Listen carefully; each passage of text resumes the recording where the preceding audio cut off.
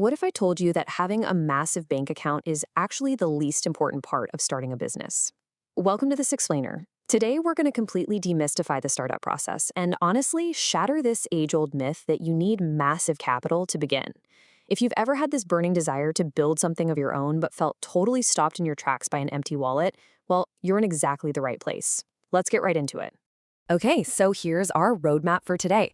First, we're looking at overcoming the fear. Then we'll cover 3 business essentials, followed by the zero capital mindset. After that, it's growth without capital. And finally, we'll wrap up by defining the true entrepreneur. Right, let's jump straight into section 1, overcoming the fear. Look, we have all been there, right? Staring at the ceiling at 2 a.m., mind racing, thinking, can I really do this? What if I literally lose absolutely everything I have? It's a terrifying loop. These worries just kind of spin in your head, you keep them totally to yourself, and, well, as a result, the days just blur together. You stay completely paralyzed in the exact same routine. But here is the stark reality of the situation. The ultimate risk? It actually isn't failing at a new business. No, the ultimate risk is that if you don't take the leap, you are going to spend your entire life building someone else's dream instead of your own. Think about that for a second. You'll just be working under someone else forever. So let's just completely dismantle this money myth right now. The source material makes it crystal clear. You do absolutely not need massive amounts of capital, like hundreds of thousands or lakhs of taka to get moving. It's simply not true anymore. The reality is, you can start today from absolute zero. The only heavy lifting you really need to do right now, it's entirely mental. Which brings us to section 2, 3 business essentials. To build an unshakable foundation from absolutely nothing, there are 3 prerequisites you've got to have. First up, the right direction.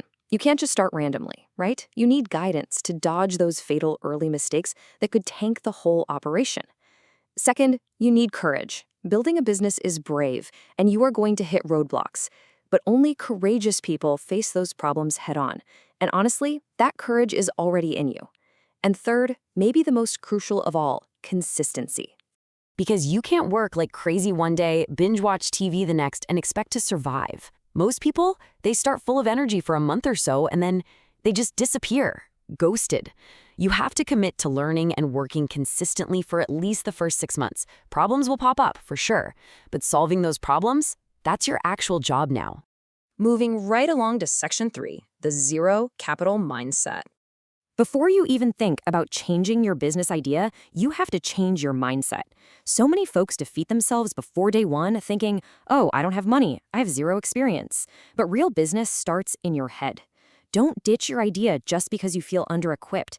Fix that internal belief first. Because once you truly believe you can pull it off, you develop this kind of stubborn determination. And with that, honestly, no problem feels impossible. Now, here is a massive trap you have to avoid: expecting profits on day one. You've got to spend your first 6 months learning, not just hunting for cash. You need to intimately understand your customers, the market's challenges, and, yeah, your own weaknesses too. A staggering 80% of people fail simply because they lose patience. They expect instant money, they lose motivation when things take time, and they just stop giving the business the attention it desperately needs. The secret here is to start small, but dream incredibly big. You don't need fancy investors to set up a Facebook page and sell handmade goods, or to tutor students, offer digital services, or even just resell mobile covers on Instagram. Begin modestly. These super low barrier ideas let you learn the ropes, solve real problems, and generate that crucial initial cash you need to reinvest and eventually scale up. All right, section 4, growth without capital. So, you've started small. But how do you actually grow when your bank account is practically empty?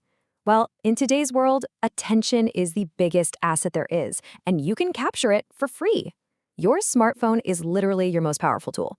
Spend just 1 to 2 hours every single day marketing on platforms like Facebook, Instagram, TikTok, or YouTube. Share your product story, talk about the benefits, show off customer reviews. That's how you reach the exact people who will pay focused attention to what you offer. And if you want to grow without blowing a massive ad budget, you really have to focus on relationships over pure profit. Too many sellers think making the sale is the finish line. Actually, it's just the starting gun. Your real job starts after they pay. If you give your first 10 customers a truly unforgettable experience, they're going to do your marketing for you. One totally thrilled customer will become your biggest advocate and easily bring you 10 more. You also need to leverage what you already bring to the table. Start with what you can actually do. Are you a great writer? Can you speak persuasively? Are you good at making gifts, building websites, or even running a local tea stall?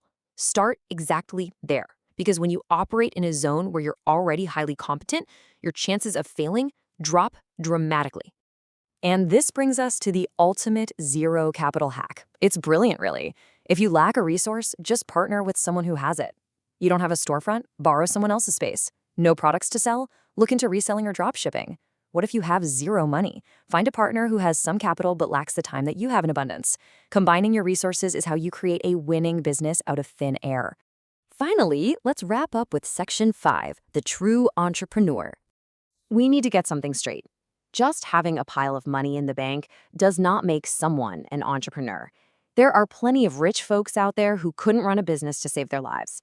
A true entrepreneur is defined by their intelligence, a burning desire to succeed, and their relentless, unstoppable drive to solve problems.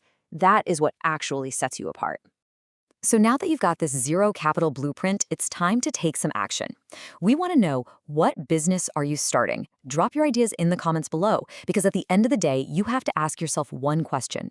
Are you going to start working toward your own dream today, or are you going to spend the rest of your life building someone else's?